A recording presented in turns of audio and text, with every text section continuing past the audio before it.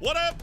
I am the ESPN draft nerd, Jeremy Greene of the Sportsocracy and ESPN Radio Asheville, and this is a great day. It's one of my favorite days of the year. It's time for the first mock draft of the year. We're halfway through the season. We're figuring out which teams are good, which teams are bad, and who's going to be picking at the top of the 2024 NFL draft. I'm going to be really honest with you. I don't love either of the quarterbacks at the top of the class. That's Drake Maye. That's Caleb Williams. I currently have Caleb Williams as the number one quarterback, but damn, it's close. It's not a physical talent thing with him. The EQ on him really scares me. And it's not just the crying on the shoulder of his mother. It's the fingernail thing. There's a lot of things about Caleb Williams that I don't love. Now, that being said, we've done this enough times that we know high-level talents, and he is a high-level talent, are going to go high, and they're going to be in very high commodity. On the left side of your screen, you will see the current draft order as we sit right now. Arizona Cardinals have the worst record in the league. They would have the number one pick.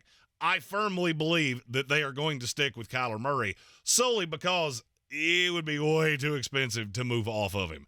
And I don't think you can do that with Caleb Williams. It would be fine because he is cheaper, and to me, he is more talented, but you could run into the same headaches, push the franchise back, or you keep accumulating draft capital because the Arizona Cardinals' biggest problem is that they don't have the talent. So I start looking at who could be interested in this pick. I don't think the Chicago Bears would be. They have 2 and 3, 2 because of the trade last year with the Carolina Panthers. The Giants would probably make the precursory call, but I don't think they would do the necessary things to move up. There is one team that is really desperate for a quarterback and probably would do something really stupid, and that is at number 5, the New England Patriots. Yes, I understand how bad it would be for Bill Belichick to get that quarterback of the future. I also don't know if this team is good enough.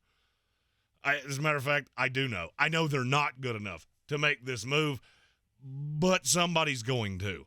In this situation, I look back to what previous number one draft pick trades have looked like. Carolina gave up 2 ones, their 23 and 24 one, their 23 second-round pick, their 25 second-round pick, and DJ Moore. I don't see a Patriots player that I think would be attractive to the Arizona Cardinals. So for me, this is all draft pick compensation, so I think this starts at 3 ones.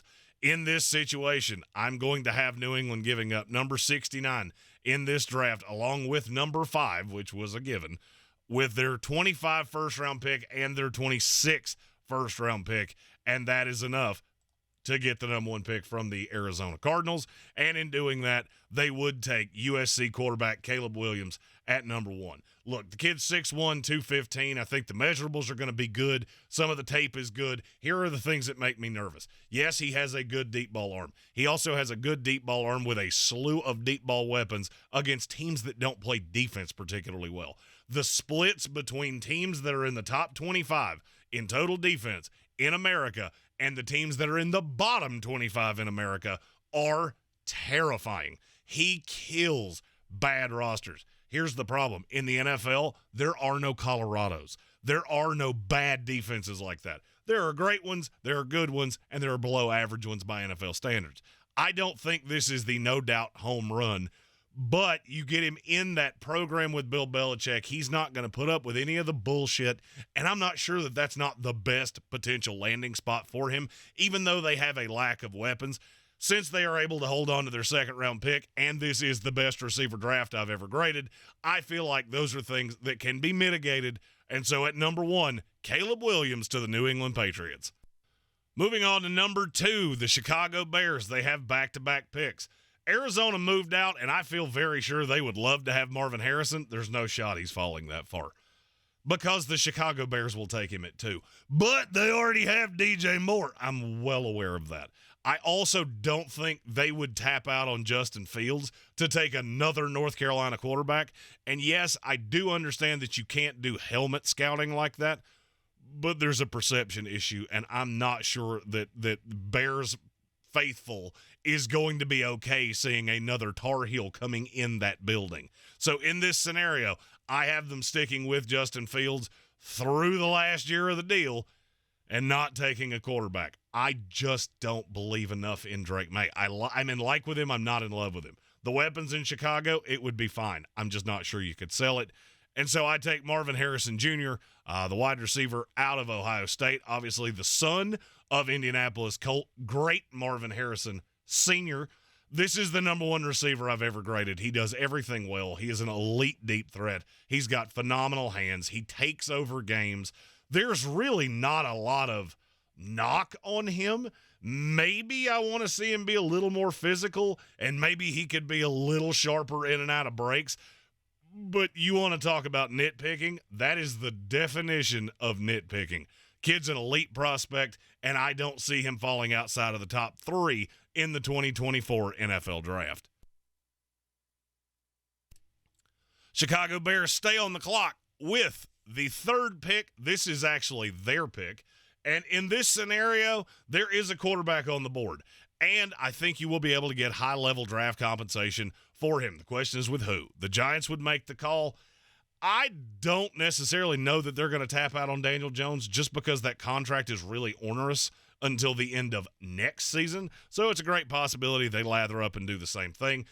The Rams, you don't have the draft capital. You've got 2 receivers and damn near nothing else. So I struggle to believe you're going to jump out of line to do this. Green Bay probably gives Jordan Love another year, whether they should or not. I've debated that until I'm blue in the face. By the way, follow us on Instagram and all the social medias. I answer all of the comments, and I don't hide trolls. Now, I will say I'm a lifelong comedian, and so just understand that if you troll me, I will troll you back. So at 3, I have the Chicago Bears. A lot of talent on the board, but you can't bypass the ability to add the future capital. And the landing spot for me is the Tampa Bay Buccaneers. This is a team that has really good – they still have good weapons. They're still good talent. I think there's going to be a new coach in Tampa Bay. I don't believe in Baker Mayfield, and I never have. I have said he is one of the biggest busts that I have ever graded. I had a 3rd-round grade on him coming out, and I think that was being nice. I don't see him as a franchise quarterback. Tampa Bay doesn't see him as a franchise quarterback. They go get their guy here. What would it cost? It will definitively cost you the 8th pick in the draft. It will definitively cost you your 1st-round pick next year. I think it would probably cost a set of 2s as well. This is going to look, to me, a lot like the Bryce Young deal without the player. So here you get number 8, you get number 40, you get a 1 next year, you get a 2 next year. Tampa Bay gets their guy, trading up to number 3, and it's Drake Maye, quarterback out of North Carolina. His brother Luke was a great player on the basketball team. His father Mark was a starting quarterback at North Carolina. This kid's got really, really great tape. Here is what makes me nervous.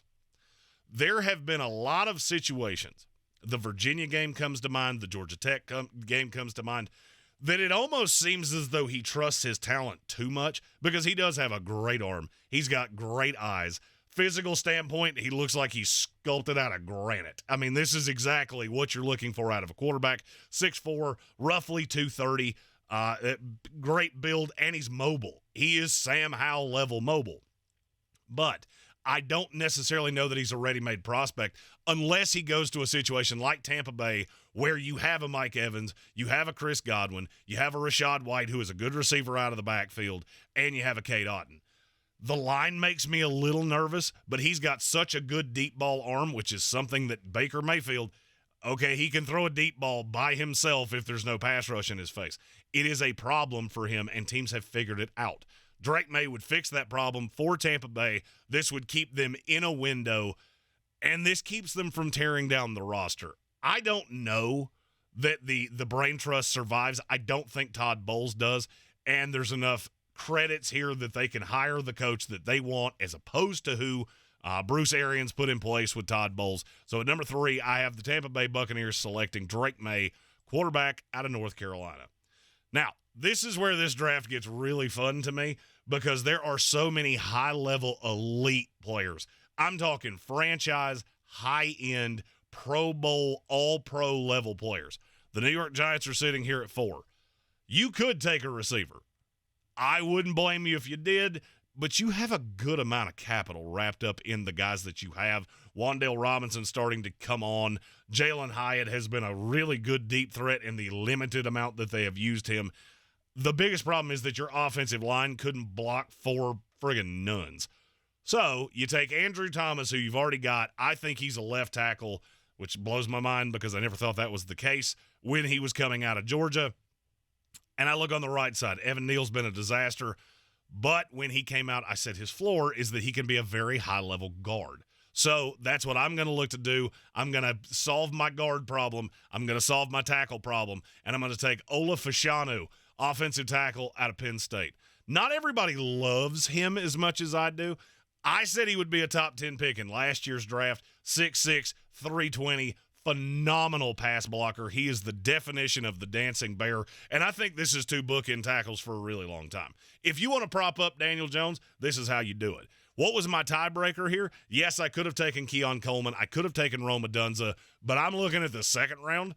You could get top 15 level talent at wide receiver in the second round of this draft. You're not getting that at offensive tackle. So you want to, no pun intended, tackle the offensive line problem. You take one here, Fashanu, longtime starter, and I think this would be an A-plus draft pick for the New York Giants to try to prop up Daniel Jones. We're to number 5 with the Arizona Cardinals, who traded down with New England.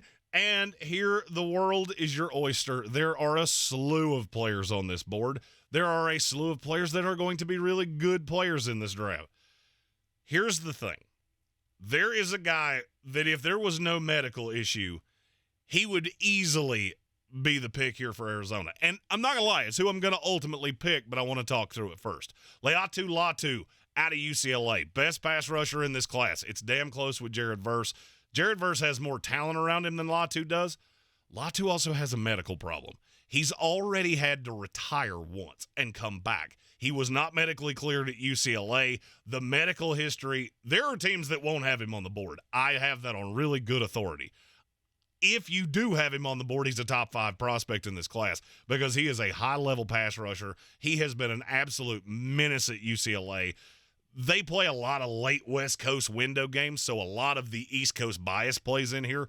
That's why you don't see him in the top 5 of as many classes as you should. I'm going to keep my fingers crossed that he passes the medical, much like Jalen Phillips did a few years ago. Oddly enough, a guy that started at UCLA and wound up at Miami. This kid has just got such high-level, Von Miller-level, high side. I don't think there's a lot of bust in him outside of the potential medical risks, and he's another one. Prototypical size, arm length is fantastic. Bend is really good. Needs to possibly get a little better against the run, but even that, I'm picking nits. At number 5, Arizona Cardinals, Latu, edge rusher out of UCLA. Number 6 with the Los Angeles Rams. There are a lot of places you could go here. Your quarterback is the same age I am, but he's one of the best players on your team, and you're committed for at least another year. So I'm going to try to prop him up. I think with Puka Nacua, who you hit that pick out of the park, 5th-round pick last year that I liked, obviously not as much as he has shown to be worth, or I would have been banging the drum for him in last year's draft cycle. And Cooper Kupp, you've got weapons, but your line is just not very good. And the more I watch the Rams, I think the tape is coming out on them that you can send the Hellhounds, and I'm taking the Brett Rippon and the Terran game out. I'm not using that one against you. But the problem with the Rams is the offensive line is not good. It's young. Steve Avila, I think he will come along in time. The left side of the line is an absolute problem, and there is a franchise left tackle still on the board here. So at number 6, I'm going Joe Alt, offensive tackle out of Notre Dame. There have been some questions about his bend because he is so tall. I get it. He's 6'8", 315, and sometimes he does look like he's got a 2x4 in his ass.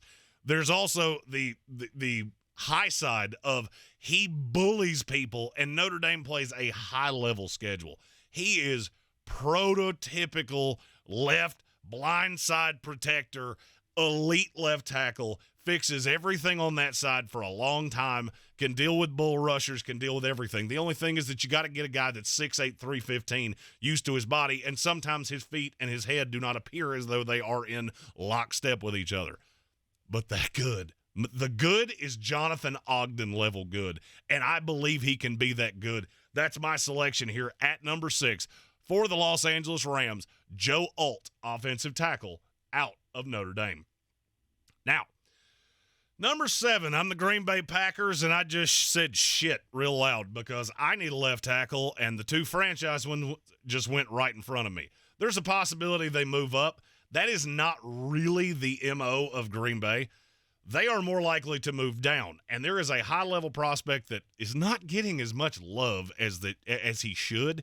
So right here, I'm Green Bay. I'm going to make a phone call, and there is a team that really needs this particular player. And yeah, you're having to come up quite a ways, but I'm okay with that. I'm calling the Washington Commanders. They have the same problem. You need offensive line pieces. Well, here's the problem. It gets really bleak and you're really starting to project with guys like Kingsley Suamatalo out of BYU, and forgive me, I butcher his name every single time I say it. And there are a slew of others, guys that we will talk about at the back end of the first round. Washington could try to stay put. I'm looking at Sam Howell. That's an elite franchise quarterback, and I'm using elite kind of generally here. I think he's a top 15 quarterback in the league, but you're going to have to prop him up. So I'm taking that extra second-round pick that I have. In this case, it is my second-round pick. So I'm going from 12 up to 7 with Green Bay. I'm giving up number 44. And if I'm Washington, I'm going up there to get Brock Bowers. Look, I know tight end is not necessarily the highest of high side projection. Brock Bowers is the number 1 tight end I've ever evaluated, and it's not even close. Kyle Pitts is the only one that's even in his ballpark. 6'4", 240, going to run somewhere in the 4.4s if he runs at the combine, which I'm not sure that he will. Injury at Georgia, so he's not playing right now. He's also a high-level blocker. So for me, if I'm Washington, I can kill 2 birds with 1 stone. I got a pick for moving off Montez Sweat to not pay him $96 million. How can I go get an elite franchise piece? That's the reason I'm moving up here. So I'm going to go up to 7, take Brock Bowers. I'll be able to run some of those wham blocks the way San Francisco does with George Kittle. I think it props up the rest of your offensive line. You're going to have to move around some pieces. There's some guys you can take on the second day. You're holding on to what projects to be the 3rd pick in the second round. I can get another lineman there, and I'm going to look to spend my free agency dollars trying to get veterans around Sam Howell. At number 7, I'm taking Brock Bowers to the Washington Commanders. We're to number 8 here with the Chicago Bears after the trade down with the Tampa Bay Buccaneers, and this is a guy that I am absolutely madly in love with, and it has nothing to do that he plays at the school that I just so happen to be a booster of. Number 8 overall, Chicago Bears, Jared Verse, edge rusher out of Florida State. This kid holds up against the run, but where you really see him jump off the screen is rushing the passer. Kid started his college career at Albany. Mike Norvell found out he was in the transfer portal and was on the phone with him within 10 minutes because he had seen tape on him, and I can't remember the team that Albany played, but he had seen tape on him and went, that's a kid that if he ever ends up in the transfer portal, I want him here. He's a freak of nature. 6'4", 260 pounds. I think he'll run somewhere in the 4.5s. Really, really strong, long arms. And the funniest part of this is Florida State doesn't have a lot of developed pass rushers right now, so you know that he is the number 1 guy on every snap, and it doesn't matter. It doesn't matter if they throw checks at him. It doesn't matter if they throw the extra running back to stay in at him. He just annihilates every tackle. And it might take a minute, but that motor never stops. He is the same player from the first play to the last play of the game. I love the kid's bend. I love the kid's motor. And right here at number 8, this is another franchise piece. So if you're the Bears, last year you give up the opportunity to take Bryce Young, which I railed on you for. But here's what it led to. You ultimately get Marvin Harrison Jr., who is an elite wide receiver prospect, and you get Jared Verse. You add a piece to both sides of the ball, and maybe that can help prop up Justin Fields. If not, you've still got capital going into next year to go up there and get a quarterback. Next year's class doesn't look great. Then again, this class looked like it was going to be generational 6 weeks ago, and that has gone to hell in a handbasket. We're going to take a quick commercial break right here. Stick with us. Yes, it's a YouTube commercial. We're YouTubers. We got to get paid somehow, and, well, frankly, you watching ads is how we do that. Click that subscribe button, and I'll be back momentarily with pick number 9 in the 2024 midseason mock draft. And we're back with pick number 9 in the 2024 midseason mock draft from the ESPN Draft Mullet. Myself, Jeremy Greene. Find us live right here on YouTube every weekday at noon, talking all football things. You can super chat your comments. It's a fully invested relationship between the listener and us. Something we're very proud of, and we thank all of you for watching and subscribing and all the things. The growth over the years has been fantastic, and now we started Instagram, which I had never learned in my entire life, and now we've had over 1 million views on Instagram in the last couple weeks. So thank you from the bottom of our hearts. The first year we did this, we got a grand total of 8,000 views over the entire draft process. So thank you, and keep subscribing. And anything you want to see, throw it in the comments. I will happily make it as quick as this little microphone and that little camera will do so. Number 9, the Denver Broncos. This is a team that I don't love. I've said it. I don't love the Sean Payton fit. But Russell Wilson has played better. It appears that they've kind of turned a corner. Very impressive win over the Chiefs. Where I'm at with this team is Courtland Sutton still doesn't look right, and it still does not appear to me that Denver has that over-the-top threat that I'm really looking for. The good thing, as I've said, this is the best receiver draft I've ever seen, and right here at number 9, I'm going to get them a guy that I have fallen in love with this season, Keon Coleman, wide receiver out of Florida State. I didn't have an appropriate knowledge of just how good this kid was. And you probably are saying, how did you not know that he plays for your school? Well, I screwed that one up. I had seen tape on him at Michigan State, and I thought he was really good. I just didn't think he was this special, and he has been a special player at Florida State this year. 6'4", 4'4", 40 guy. He's the punt returner. He is a special talent with the ball in his hands. And this is the kind of guy that I look at over the years in New Orleans. Marquez Colston was never the special athlete that Keon Coleman is, but Sean Payton, when things have been good, he's always had a guy that's really good at getting open and really good with the ball in his hand. Jerry Jeudy, they've tried to trade him 100 times, whether they will admit it or not. That's totally up to them. You want to keep lying about it? Keep doing it. I don't really care. Keon Coleman would be your number 1 receiver immediately. Maybe that helps you get the most out of Jeudy, but that would give you a legit, no doubt 1, and he's an awesome value at number 9. He's my number 5 overall prospect in this entire class. On to number 10 with the Tennessee Titans. They're probably a little sad that Keon Coleman came off the board, but the good thing is there's a really good runner-up prize, and I say that loosely because he's my number 6 player in the class, Rome Odunze. Wide receiver out of Washington. If you've watched Michael Penix, you know that this kid is always open. I really, really smart, really fast, track level speed, great route runner. If there's anything that I would say about him, it's that he can be jammed, and that can be a bit of a problem.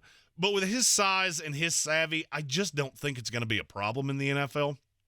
People that knock him will say you don't see as much of that in the Pac-12, and he's going up against smaller corners. I don't care. He's annihilating every person he comes in contact with. I think he's a special prospect. He would be a wonderful fit with new franchise quarterback Will Levis. I told you. We're 2 games into that, so I don't want to say I told you so yet, even though I just did. I told you that kid's got a huge arm. He's tough as a friggin' pine knot.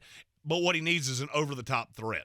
Even if they bring back DeAndre Hopkins, he's not as over-the-top as he once was. First game of Will Levis notwithstanding. That was against an Atlanta Falcon team that, well, they have a problem that we're going to address momentarily. I think Rome Odunze would be a perfect fit with the Tennessee Titans, and he's the kind of guy that I think Mike Vrabel would just fall in love with. Gets him in the room. He's a true football player. He loves this game. I love this kid, Rome Odunze, number 10 to the Tennessee Titans. Still great players all over the board. We're here at number 11 with the Atlanta Falcons. I consider a quarterback here. The thing about quarterback in this class is once you get past Drake May and Caleb Williams, you don't necessarily want to be the first one to do it until the value just gets too good. Because I'm not sure any of these – every one of the quarterbacks that's left has a yeah but to their game. And I'm looking at Atlanta going, I think there might be a chance for me to make a movement later in this draft. So I'm not going to take a quarterback here. I'm going to sit. I'm going to wait. I'm going to hope the board falls my way. And I'm going to take a player that I'm not in love with, depending on the scheme. Kool-Aid McKinstry, cornerback out of Alabama. This year, some of the tape on him has not been as good as you expected because there was a thought that he was going to be a Patrick Peterson level prospect. That hasn't really borne itself out to me. The kid can really cover. He has some issues at times tackling. There's been some missed tackles. I'm not 100% sure that he's going to be great outside of zone coverage. Now, if you're a zone team, more power to you because the kid is wonderful in zone. It's in the man-to-man that I'm not always 100% sure that he's going to be fantastic in the NFL. Now, when I say that, he's still one of the best man-cover corners in this class. He's still a good prospect. And I feel like sometimes when I say that he's a little scheme-specific, that makes people think that this is a reach. It's really not. I don't know if he's ever going to be Sauce Gardner, but that's a really high bar. And sometimes he struggles because he is a little thin against physical receivers. But you put him on the other side of A.J. Terrell, I think that gives you two really good corners. He can grow into the NFL game, and he would be a fantastic pick here at number 11 for the Atlanta Falcons. Kool-Aid McKinstry. Number 12, we're to the Green Bay Packers, who traded down earlier from number 7, allowed the Washington Commanders to go up and get Brock Bowers. There are a lot of pieces that I'm looking at here. I really want an offensive lineman, and there's one that has screamed up the board this year. If you've watched Beaver football out of Oregon State, that's a really good, really physical team. And DJ Uiagalelei has gotten a lot of the credit for that in fan circles. A lot of the credit for it in evaluator circles goes to Taliese Fuaga. I don't know that I'm pronouncing his name correctly. I'm not going to lie to you. I don't watch film with commentators up because commentators irritate the fuck out of me, and I don't get the pronunciation guide until we get into the combine. So if I butchered your name, I'm sorry. And if you want to make fun of my accent, feel free. It's a free country. Do whatever you want to. I've heard it all. I'm married to grown-up Kelly Kapowski, so your barbs on social media, they don't really bother me.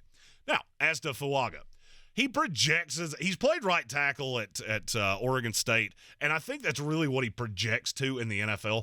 But there are a lot of people that I really trust their opinion that say this kid could be a left tackle in the NFL and could be a damn good one. He's an absolute mauler. This is, to me, Fuaga is what you were sold Ikem Ekwonu was. The problem with Ekwonu is I told you off the jump, he's a guard. Now you're seeing it in Carolina because in pass sets, he can't get back fast enough. He's a mauler. He wants to get into you. He doesn't want you to get into him. So that's what translates to a guard for me. Fuaga, not that way. He's not as good of a pass protector. He's also not asked to do it as often. And he has had a couple instances where he got beat off the edge by speed rushers.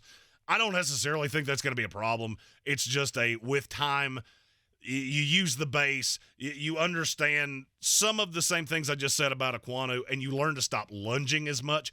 Run blockers like this, the difference between the guards and the tackles is that the tackles learn to let the action come to them at times and still keep that nasty streak. I think Fuaga can do it. I think he's going to be a top 15 pick in this draft. And worst case scenario, you just drafted the best guard in this class by 14 miles. And that's the floor. I love prospects like that because there's very little bust in them. They may not turn into a franchise left tackle, but they're going to turn into a damn good player for my franchise no matter what. On to number 13 here with the Indianapolis Colts, and the world is my oyster. I actually like the Colts receiving core way more than I ever thought I would. Josh Downs, Carolina guy. We covered him. We tried to tell you. Dog. If he can stay healthy. Alec Pierce has been good. Michael Pittman's been fantastic. I'm looking at – I have a big problem if I'm Indianapolis. I have my number one pick from this past year, Anthony Richardson, coming back next year, and I really would like it if I didn't just get into shootouts every single week because my secondary just absolutely sucks. This is my number one corner in the class, not because I think his high side is higher than Kool-Aid McKinstry. It's not. I think his floor is much safer. Number 13, Kalen King, Penn State cornerback. Now, I have to start with something before I get too far into this because the most prolific Penn State game of record so far has been against Marvin Harrison and Ohio State, and Kalen King was penalized several times. He didn't look great. That's Marvin freaking Harrison, okay? That's as good a receiver as you will ever see in college football. And you take that away, and Kalen King's the no-doubt number one corner in this class. Really good ball hawk.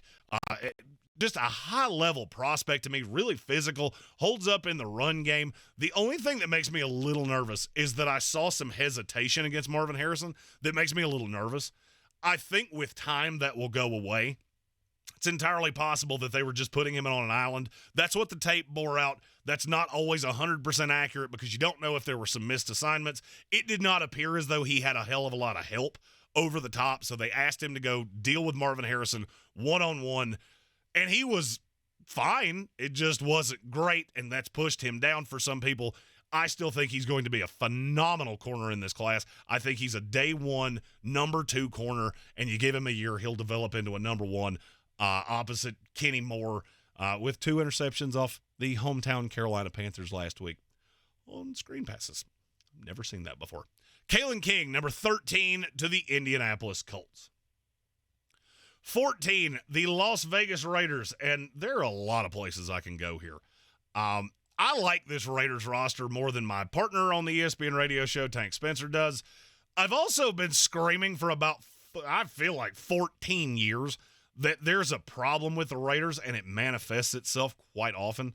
You've already added Tyree Wilson, who I really like. You're moving around the formation. He's appearing on tape. I like that. You hit with Robertson, the corner. I really like Jacorian Bennett, the corner that you got out of Maryland last year. Still got Marcus Peters. The hope is that you bring him back, and Nate Hobbs. I think you're good there. This linebacker class is awful. Receiver, I think you're better off waiting if you're going to look to add another one of those, but there is a player, and the high side is so high. Starts as a right tackle. I think in time he will develop into a left tackle. Amarius Mims, offensive tackle out of Georgia. If we were just grading on potential, I haven't seen it because and that's not true. I've seen it at times. I've seen flashes of it. The problem is this kid's played less than 1,000 snaps at Georgia because this team's so damn deep that he's just now getting his opportunity, and he's been hurt this year. So I've seen him for less than 200 snaps this year. He's 6'7", 340 pounds, has a wide base.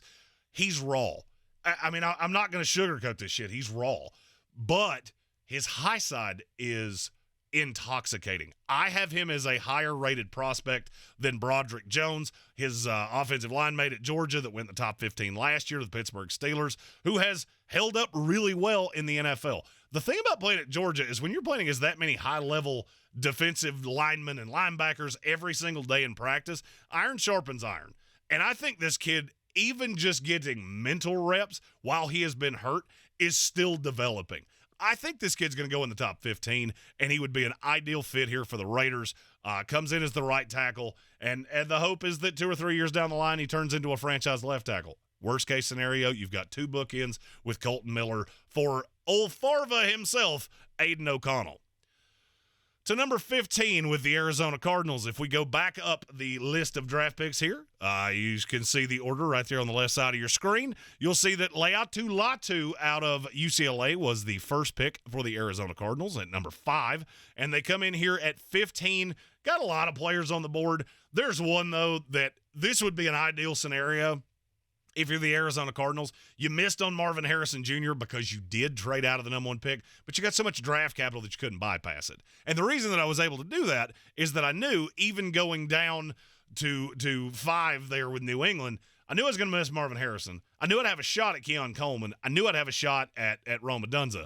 But since none of those had gone, I had a pretty good feeling with the number of high-level players that I could wait until number 15 and take exactly what I'm going to take right here, Malik Neighbors, wide receiver out of LSU. You want to find out what you've really got in Kyler Murray?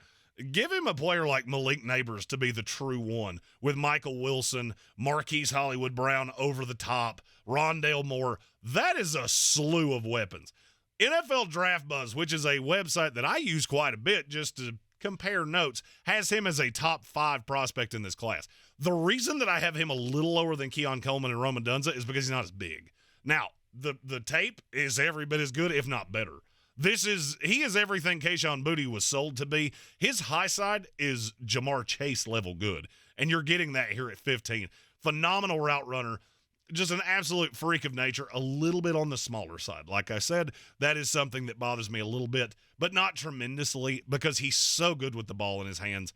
The worry is, does he love football? I've heard that. I don't know the kid, so until I start getting things from out of the combine, I'm not going to know that. And he needs to learn to run routes.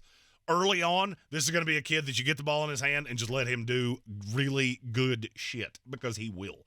But over time, as you develop him, I think he's a number 1 receiver in this league. I think he's going to be a phenomenal player.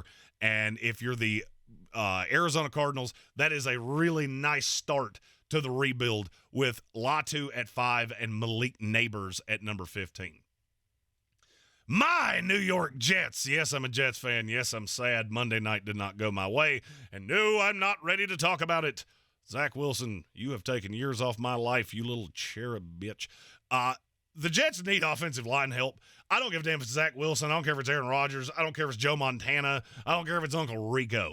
This line is B-A-D-D, bad. They can't stay healthy. Elijah Vera Tucker has had to play right tackle, left tackle, right guard.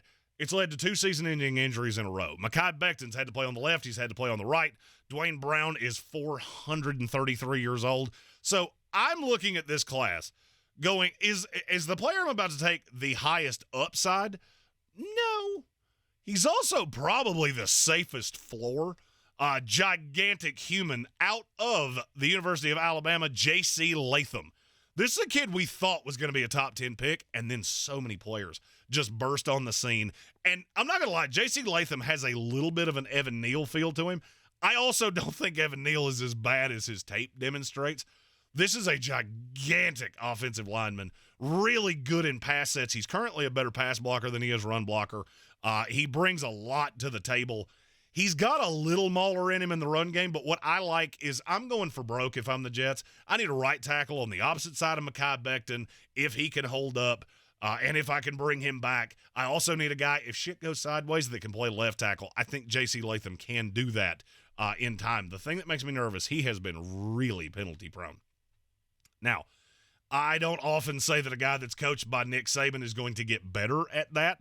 I also don't know that he's going to be asked to do as much.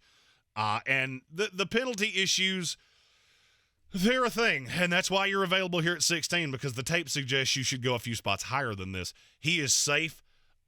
This is another one that worst case scenario you fall in is a really, really good guard. But I think if he can increase his foot speed and get the feet and the brain to work in one concert, I think he'll be a really good tackle in this league for a long time. Number 16, my New York Jets, J.C. Latham, tackle out of Alabama. We're to the midway point of the 2024 midseason mock draft. It's time for us to pay a few bills, watch a few ads. That's all we ask. I do the mock draft. We charge nothing for this channel, although you can become a member of the House of Reprehensibles for the low price of just $2.99 a month. Get a little beer mug in your logo next to your name, a little beer mug logo next to your name in our YouTube chat for when we do live streams weekdays, 12 noon every weekday, our ESPN Radio Asheville show live. So we're going to take a quick break. We'll come back with number 17, the Los Angeles Chargers. And we're back with the 17th pick. As you can see on the left side of the screen, we started with Caleb Williams in a trade to the New England Patriots, Marvin Harrison, Drake Maye, Ola Fashanu, and you can see all the rest of those picks on the side of the screen. They're also time-stamped in the description. If you came in late, you can go back and scroll through it, and feel free to comment on a player that you want to hear what I have to say about. I've graded about my top 200 players as of right now. Those things are flexible through the end of the season. As long as you don't ask me about some fourth-string wide receiver from SMU, I'll be able to, at the very least, give you an informed opinion on what I see of him. And if I can't, I'll watch the tape as we go along and get you an answer as quick as I can. So we're on to 17 here with the Go Chargers Go. This is so far the hardest pick I've had in this draft because the Chargers are so good talent-wise, and I'm so curious as to what happens with their coach. I think it will be Jim Harbaugh. That has been the worst-kept secret in all coaching circles that Jim Harbaugh wants the Chargers job. If that's the case, I think you're going to be able to keep a lot of things the same because Jim's a veteran coach that wants to win right now. He'll bring in a DC that works with the talent that you have. And offensively, you've got so much talent, so much young talent. I love Josh Palmer. I think Quentin Johnston's going to get better with time. And Justin Herbert he's your guy. Do I think he's an elite top 5 quarterback? I don't. I do think he's a high end of the next 5. And if you put the tools around him, I think he could get you to a Super Bowl, could potentially win you a Super Bowl.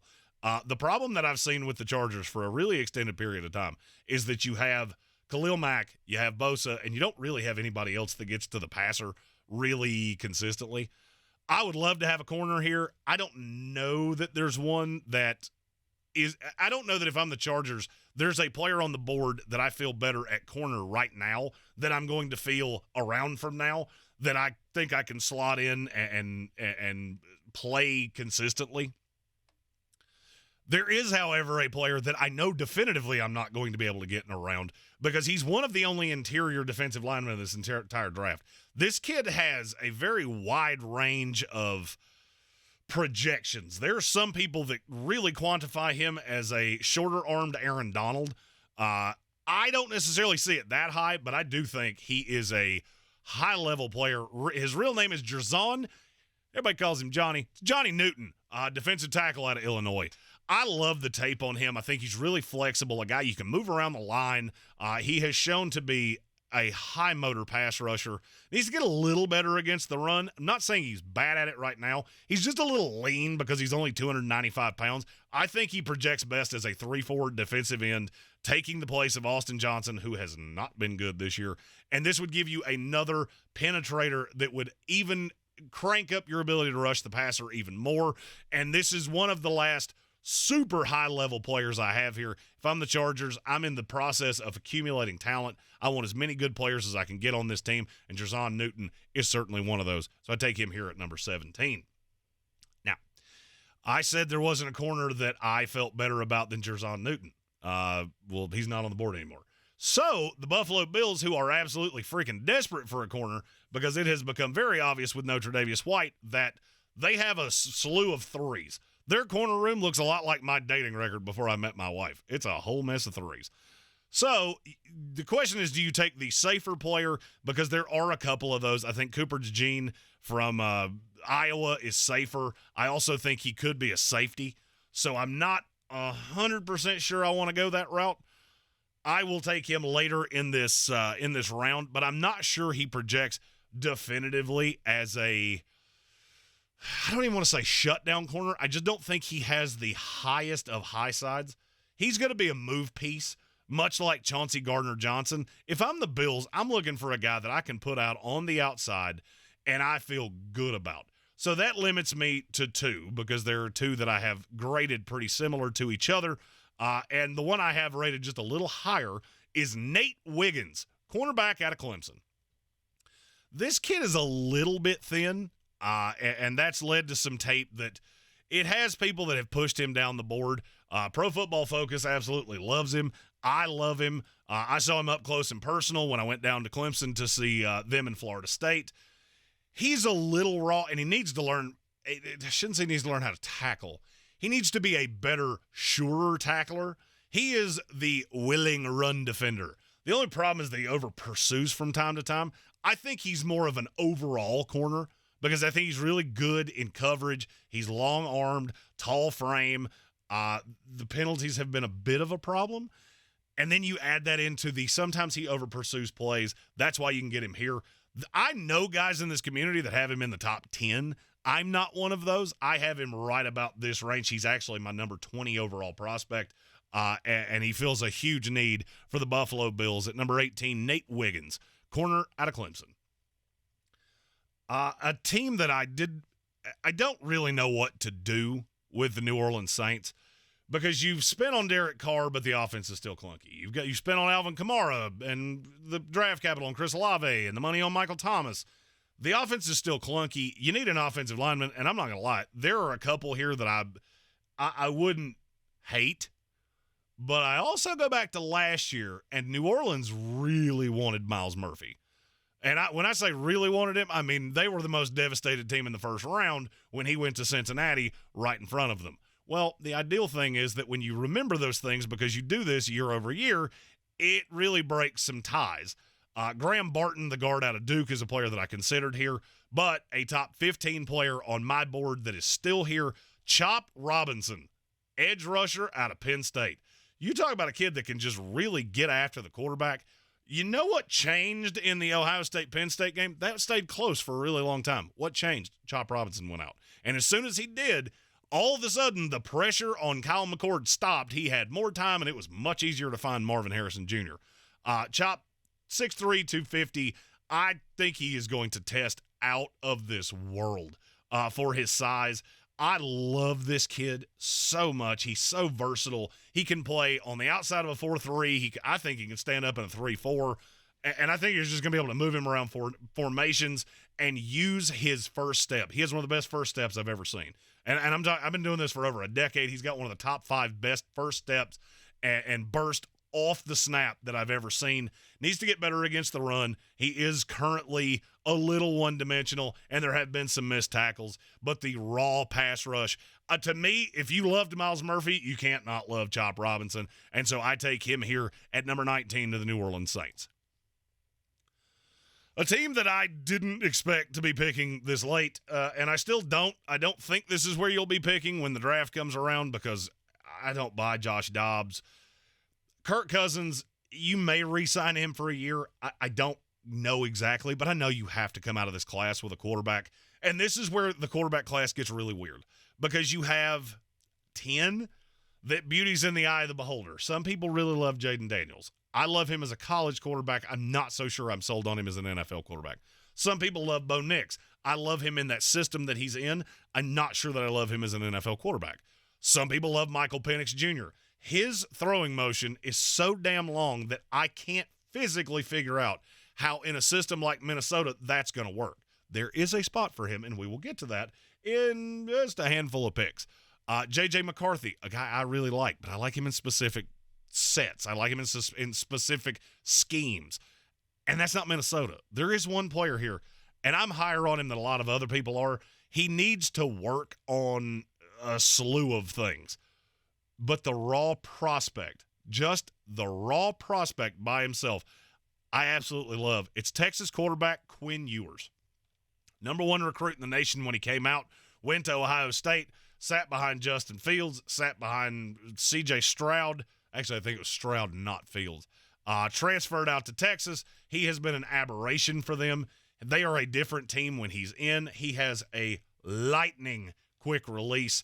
I think he would be an ideal point guy with Jordan Addison and Justin Jefferson. I would like to add another weapon, but you put that in with TJ Hawkinson, and I'm seeing an offense that can just march up and down the field. The talent is there. I don't love Steve Sarkisian, and I never have. I didn't understand why Arch Manning transferred there. I got it with Quinn Ewers because it's such a high-profile program, and they had such a need at quarterback. I think his ideal fit is with Minnesota. Minnesota was also my ideal fit for Drake Maye because you have the receivers, you have a line that I like, you have ready-made pieces.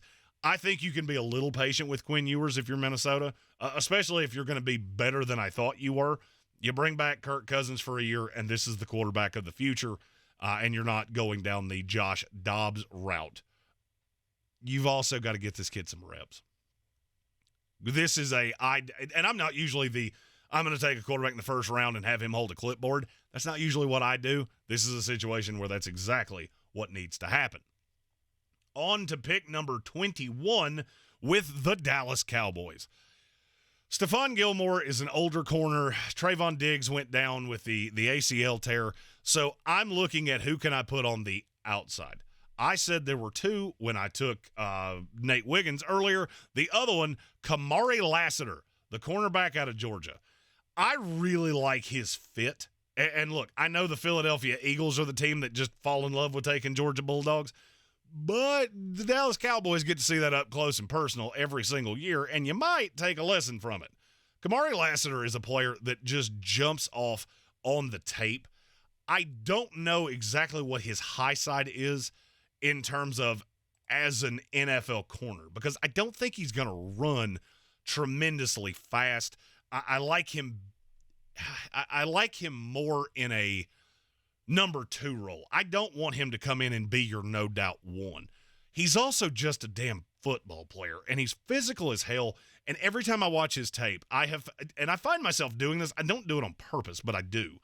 I find myself seeing him and going, that's a Dan Quinn guy. That's a guy Dan Quinn can get a whole lot out of. And yes, I think Dan Quinn will be back as the defensive coordinator of the Cowboys again. And you can use him in some zone coverage things. You can use him in some off-man things.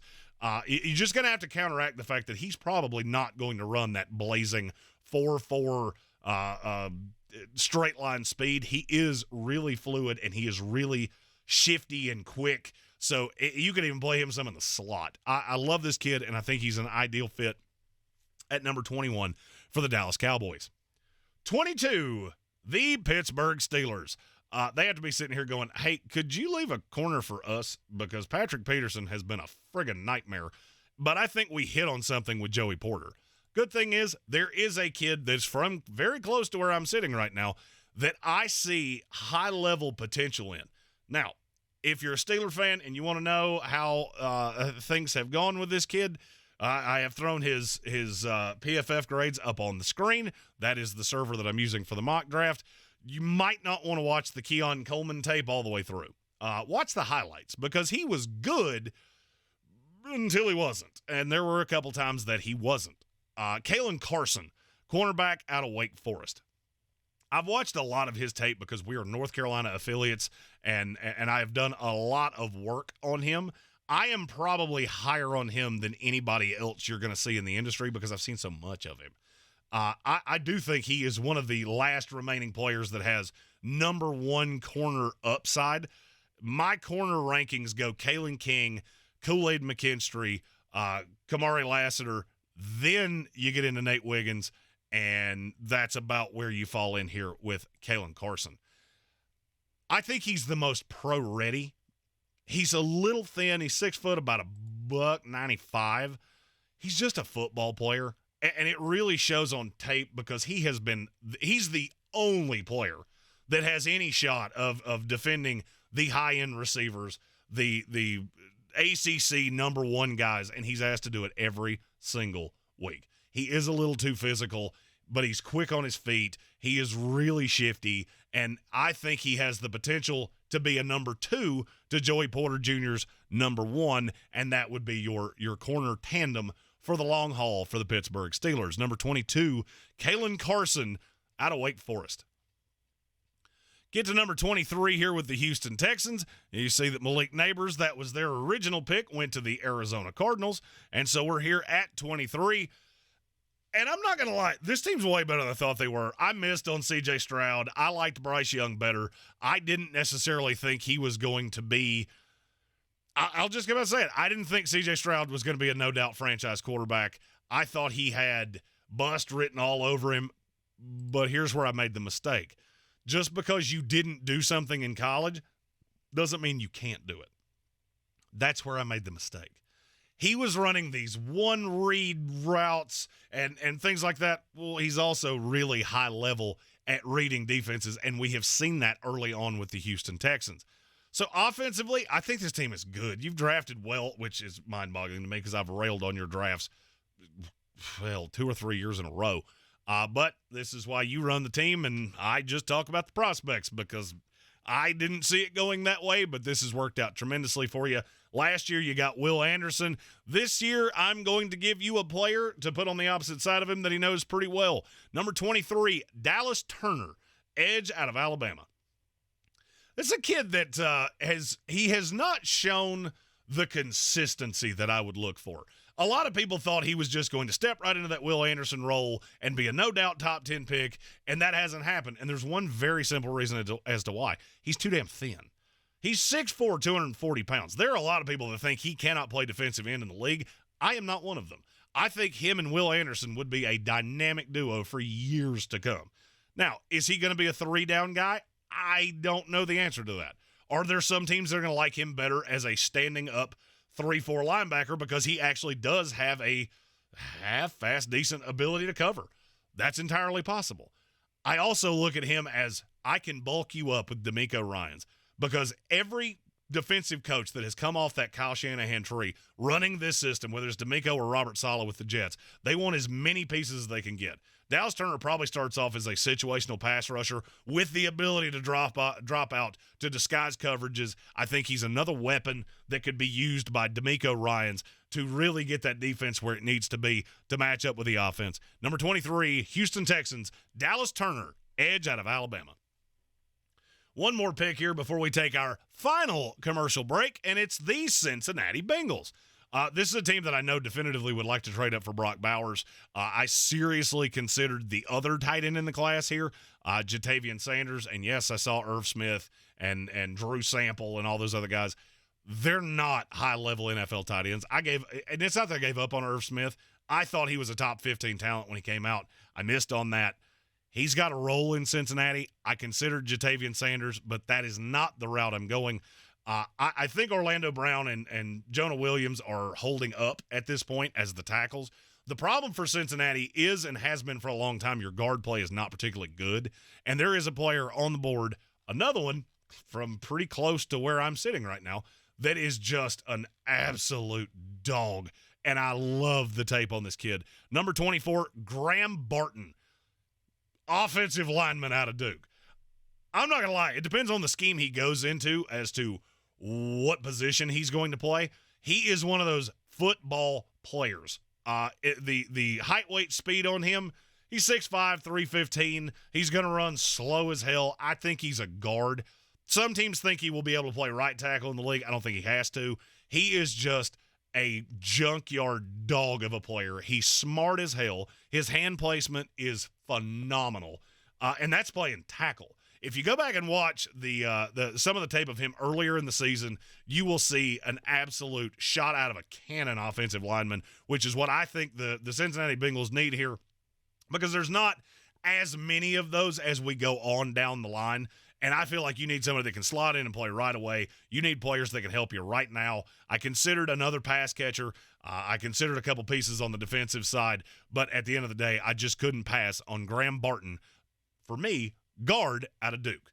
We are through the first three quarters of the 2024 midseason mock draft. Hit that like button, hit the subscribe button, leave a comment if you like your team's pick, hate that team's pick, or you just want to call me a big mulleted dipshit with a southern drawl. You can do any of those things. And join us live weekdays at noon right here on YouTube with our ESPN radio show, simulcast live on YouTube. I'll be back after we pay a few bills. We're YouTubers. We need commercials. Just, watch it for like 30 seconds. Maybe set your phone down, take a pee. Whatever you got to do.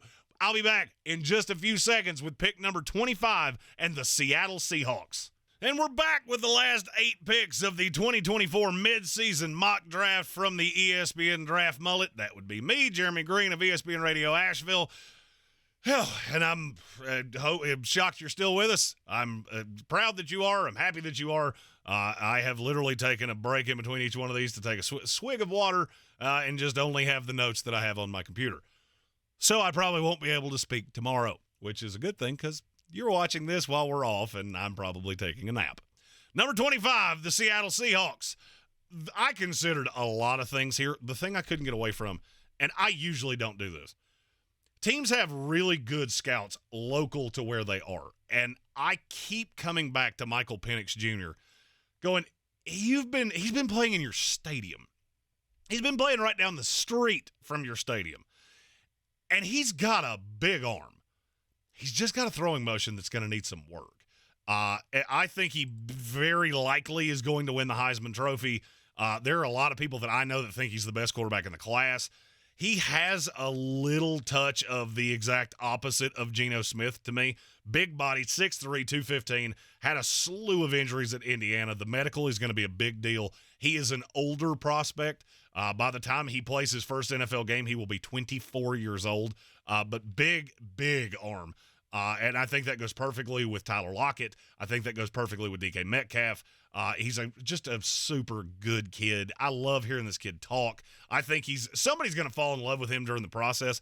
This kind of reminds me with Michael Penix of Hendon Hooker last year. And had he not had the ACL, I fully thought a team was going to fall in love with him and take him at the back end of the first round. He is more mobile than you will see him purvey. He doesn't run nearly as much as you would think at this point from a guy that is as good and as mobile as he is. He also never takes sacks, which is just a really big deal. Needs to get better with the throwing motion. That's the biggest thing because he does have a very Tim Tebow-esque kind of wind-up style delivery that I think that's going to have to be compacted in the NFL. But if you're Seattle, you've hit on so many picks after the Russell Wilson trade. You can take the shot here with Michael Penix to be your quarterback of the future. Number 26, the San Francisco 49ers. This is the spot where a player that I have said a couple times comes off the board. It's Cooper DeJean, or DeJean. I'm not sure which one it was. If you didn't hear me say this earlier, I don't listen to commentary when I watch tape, so I don't know how these guys' names are said until I get the pronunciation guide from the NFL. And sometimes I get into bad habits, which is why I've called Romeo Dubs for the better part of the last 3 years. Cooper is one of those players. He's just a football player. He was the one that had the weird fair catch thing for Iowa in a game. He is their punt returner. He is a phenomenal athlete, really tough, super competitive. He just screams San Francisco 49er to me because he is – I can't really point to one individual talent he has, but he is a player that's going to get in there and get his nose dirty as a corner, as a safety, whatever it is you choose to play him as. He is going to be really good against the run. You're going to have to work on him a little bit in toning down the aggressiveness at times. He's got to be a little more physical at times. There are times that he comes down off the blitz like a bat out of hell and then tries to arm tackle, and there have been some missed tackles in that. But he's really balanced. He's got some, I was going to say lazy technique, but I'll say questionable technique as a cover guy, especially when he gets into his break, which is why some people project him as a safety. I see him as a corner, and I really like him as a corner in that system out in San Francisco. Number 26, Cooper DeJean, cornerback out of Iowa. Number 27 with the Miami Dolphins. This is a team that I want to add some defensive pieces, but I can't stop coming back to Ja'Tavion Sanders, the tight end out of Texas. Big body, big receiver, red zone threat, and he can block. He can do he's not as good a blocker as George Kittle was with Mike McDaniel in the San Francisco system back in the day, but he can be a wish version of that as a blocker, which is something that they just don't have. At least not one that can actually catch a football, which Ja'Tavion Sanders can. Big-bodied, really, really talented, and there's only 3 tight ends that are worthy of first or second day picks. And Yaheem Bell out of Florida State is the third one. Cade Stover falls somewhere into that beginning of day 3. I feel the same way about Rondé Gadsden. There are a couple other guys. Eric All, if he hadn't gotten hurt, would be in contention for this, but the injury just pushes him almost to an undraftable spot for me if he even comes out. But Ja'Tavion Sanders, 6'4", 243, little thin for the way he plays, and he, as I said, he could serve to be a better blocker, but he's got really good hands catcher, and he's elusive for his size. The only thing that he is a height, weight, not as much speed. I think he's going to be somewhere in that 4.6, but we've seen guys like TJ Hawkinson, which is kind of who he reminds me of, be really good in this league doing that, and you put the 2 speedsters out there with Waddle and Hill with him, and I think he can just eviscerate the middle of the field and really even crank that offense up to another tier. 28 here with the Jacksonville Jaguars, and this is a player that I really have tried to find a way to get in earlier because he jumps off the film when you watch his team, which I have done a lot, because he plays with a quarterback that has already gone in this class. Number 28 to the Jacksonville Jaguars, Braylon Trice. I don't 100% know what position he's going to play in the NFL. Some people think he's going to stand up. I don't think he's fast enough to do that. I think he's going to be the exact opposite of Trayvon Walker.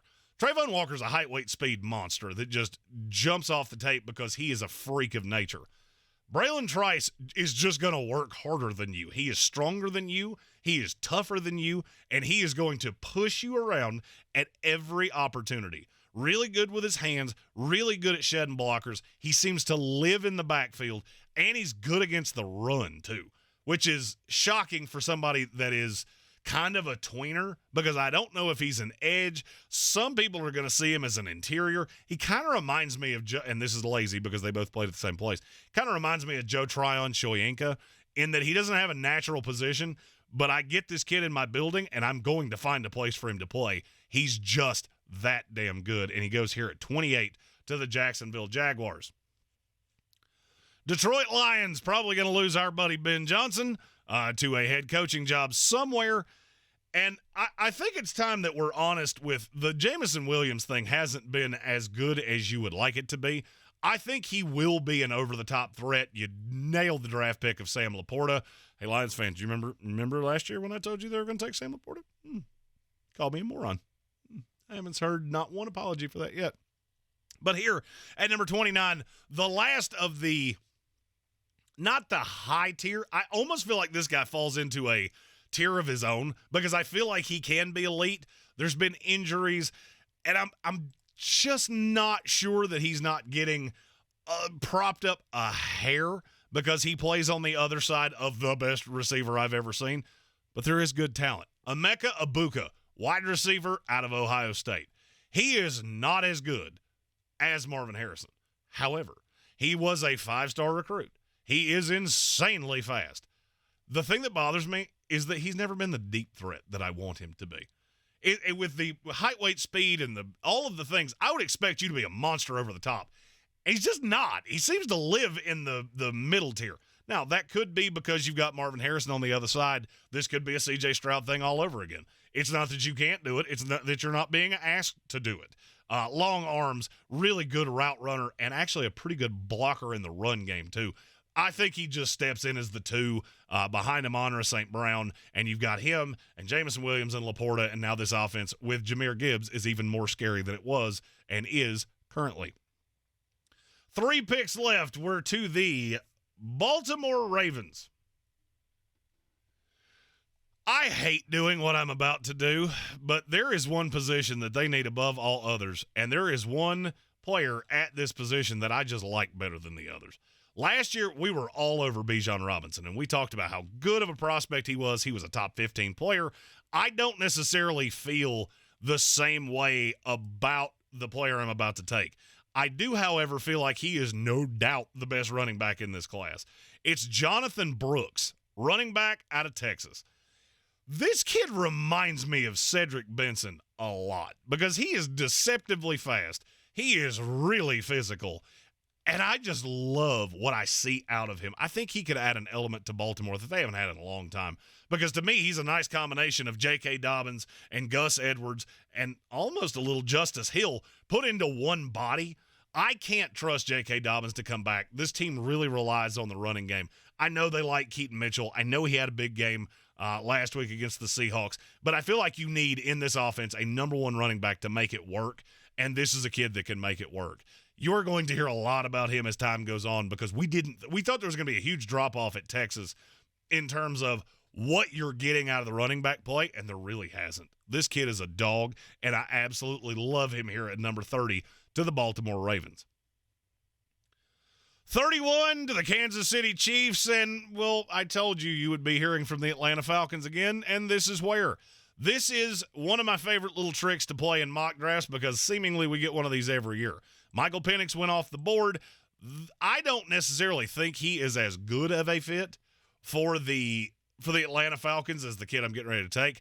I have them moving up to 31 with the Kansas City Chiefs in this exercise because there is a player that I absolutely love for Arthur Smith's system. Taylor Heineke, I think he's going to be fine for the rest of the year. I have a funny feeling Atlanta's going to miss the playoffs. New Orleans wins the division, and we really start having to talk about Arthur Smith. You've got the weapons. I really like this kid, and he is my number 4 quarterback in this class. J.J. McCarthy, quarterback out of Michigan. There are going to be a million different opinions on this kid, and I can't tell you which one's right. I can only tell you what mine is. He is really mobile. Kind of reminds me of a good version of Ryan Tannehill, which worked out phenomenally with Arthur Smith when they were in Tennessee together. I think he is the level of arm talent because he's got a very big arm and he's got a lot of mustard on the fastball. I think this is what you need with Kyle Pitts. This is what you need with Drake London. This is what you need with Bijan Robinson because you're going to be able to play off the play action, hit the big shots, and I think it takes away what he doesn't do as well. He's not the greatest short area passer you've ever seen, but he's super mobile. I think he fits into the role that Arthur Smith saw out of Desmond Ridder. He just didn't see that Desmond Ridder didn't have, a whole lot of talent, especially with his arm.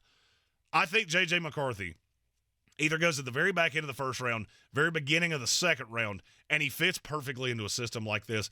And in a system like this, I think he can be a really good NFL quarterback. If you ask him to do other things outside of this, I'm not sure that he will be as phenomenal.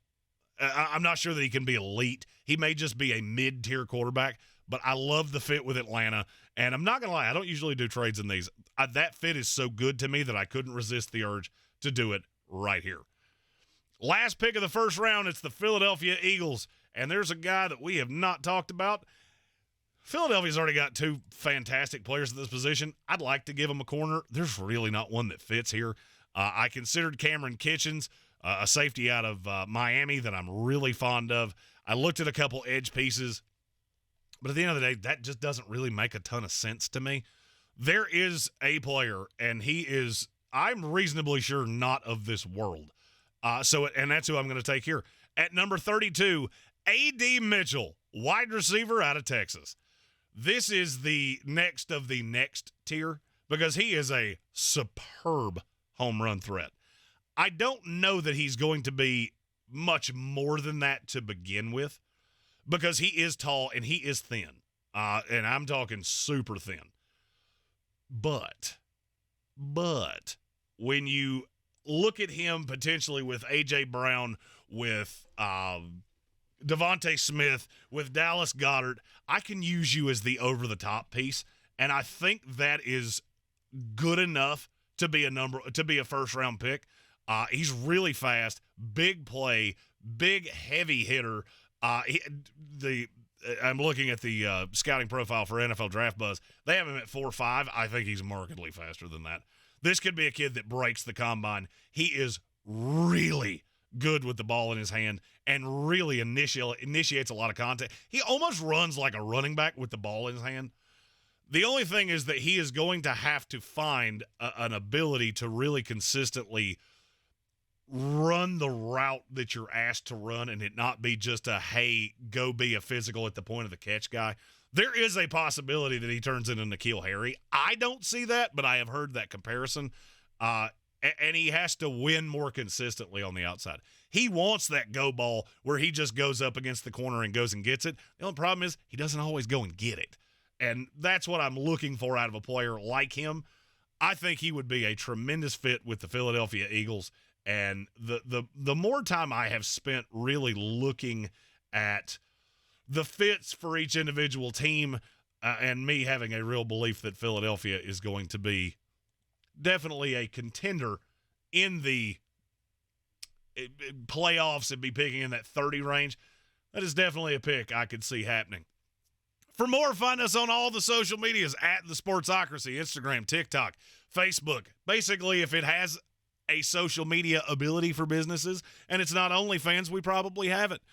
If you want to comment, players that you want me to talk about, players that you want me to investigate further, feel free to do that in the comments. If there's a player you want to know how they fit with your team, you can do that as well. We really appreciate you. This has been a super long mock draft. It filled in for a live show. I recorded it in between shows, so I'm getting a little hoarse, and I've been talking, well, a lot. But we thank you for checking out our 2024 midseason mock draft. We thank you for everything. Every time we do one of these, the growth on this channel always just kind of blows our mind. This was an aside to our ESPN radio show in case anybody ever wanted to watch us. It's grown into a thing. We love all of you dearly, and this is the first of many mock drafts from the ESPN mullet.